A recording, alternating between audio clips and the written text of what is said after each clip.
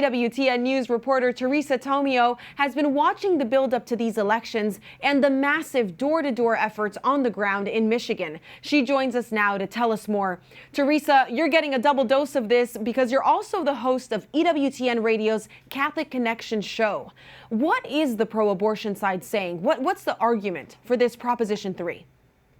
Well, the argument is that they want it all or nothing, and they want to throw everything in there, as you said in the intro so clearly, and the kitchen sink. I mean, they are putting so much into this amendment, and they are trying to really get it through. They're working very hard. They have financial support from all across the country and groups like the ACLU and, of course, Planned Parenthood, and they are doing whatever they can to deceive the public regarding this amendment. But as you said, we've got parental rights at stake. We have these puberty blockers, sterilizations, contraception, also pregnancy centers. Pregnancy abortion centers, for example, the restrictions they have now and the protection codes that they have, those would all be gone. So this is everything gone if Proposal 3 goes through. So that's why they're putting so much money into this. The big thing with Michigan is that if this happens, we're going to be basically a blueprint for the country. They're looking at this as if they get the stamp of approval on Prop 3, they're going to take it everywhere, Montse, across the country. It's a really important moment after the Supreme Court case. So then why is Proposition 3 considered so dangerous, not just by the pro-life movement, but for people beyond the pro-life community?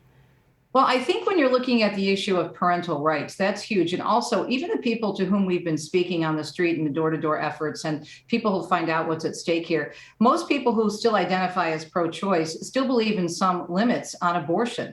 No one wants abortion all through 9 months of pregnancy and then supporting infanticide, which, by the way, this measure, if it goes through, would also leave the viability of the baby, for example, if the baby survives an abortion, up to the healthcare professional. And then you break that down and you look at the health code. What describes a healthcare professional in Michigan? It doesn't necessarily mean a doctor or even a nurse midwife or a nurse practitioner. So it's just too much. And as these signs, the one sign that I have, for example, in front of my house, and these signs are all over the place now, Prop 3, too confusing, too extreme. It's the extreme when you throw in the parental rights being removed, which is a huge issue, transgender, abortion on demand through 9 months of pregnancy without parental consent, too extreme. So even people who are pro-choice are saying, no, this is not good. It's not just about abortion. Then how would this affect or change the culture in the state of Michigan should that go through?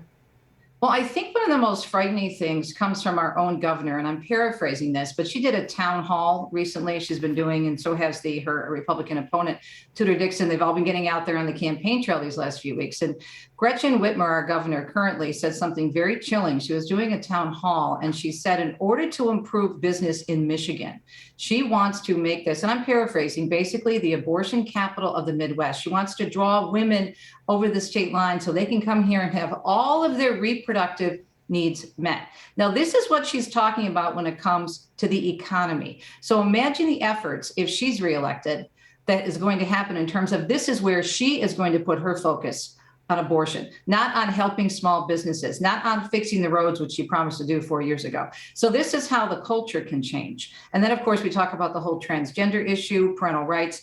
It really is chilling, Montse. So that's where you're overlapping abortion with the economy and everything else. What are you seeing then in terms of diocesan involvement, outreach at the parish level on this issue? It's huge. It reminds me so much many years ago when I covered this as a secular journalist, when they had the issue of assisted suicide, where then Cardinal Maida, who was the head of the Archdiocese of Detroit, called on all kinds of folks from all different faith backgrounds and brought the attention to this issue of assisted suicide in Michigan. And he got the whole team together. He got the Archdiocese together. He got the dioceses around Michigan together, plus other faith groups and other concerned organizations, people with disabilities, for example. And they joined together and they fought it, even though the numbers were very much in favor of this euthanasia bill. We won. And we're seeing the same kind of momentum here. Every single diocese is really pushing prayer efforts, prayer rallies, educational efforts. The Michigan Catholic Conference was actually a big part of the Michigan Catholic Women's Conference 2 weeks ago. We had 1,100 women, a statewide Catholic Women's Conference, and I was one of the speakers. And the Michigan Catholic Conference did a great job and did a small presentation during that conference. And this is continuing all over the state. And it's very ecumenical. In addition to all the efforts and the campaign efforts that are going on and the prayer efforts that are going on, what we're seeing are very many churches and different groups coming together to stand together as a pro-life community. I really think we are doing everything we can, Montse, in the state of Michigan to defeat this. And if we don't win, everything is in God's hands. But I'm so pleased, and I'm seeing this on a daily basis as a talk show host. I literally cannot keep up with, and I mean this sincerely, with all the efforts that are going on. Again, the prayer rallies, the door-to-door campaigns. We're having this meeting. We're having this doctor speaking at our parish. I have a friend of mine who's a pro-life OBGYN, and he's doing talks after all the masses at his parish this weekend. Yeah, it's just incredible. It is. That's a lot. Well, I'm really interested in seeing one last thing really quick of the various other races in Michigan that are also critical to the future of abortion in the state. Is there one that would have the most impact? I think it's the gubernatorial race. I really do. I mean, they're polar opposites in terms of the introduction, as you mentioned, with Tudor Dixon and Gretchen Whitmer. I mean, Whitmer is very, very similar to Biden.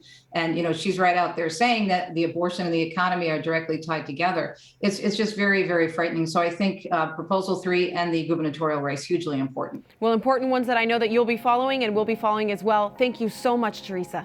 Thanks, Montse.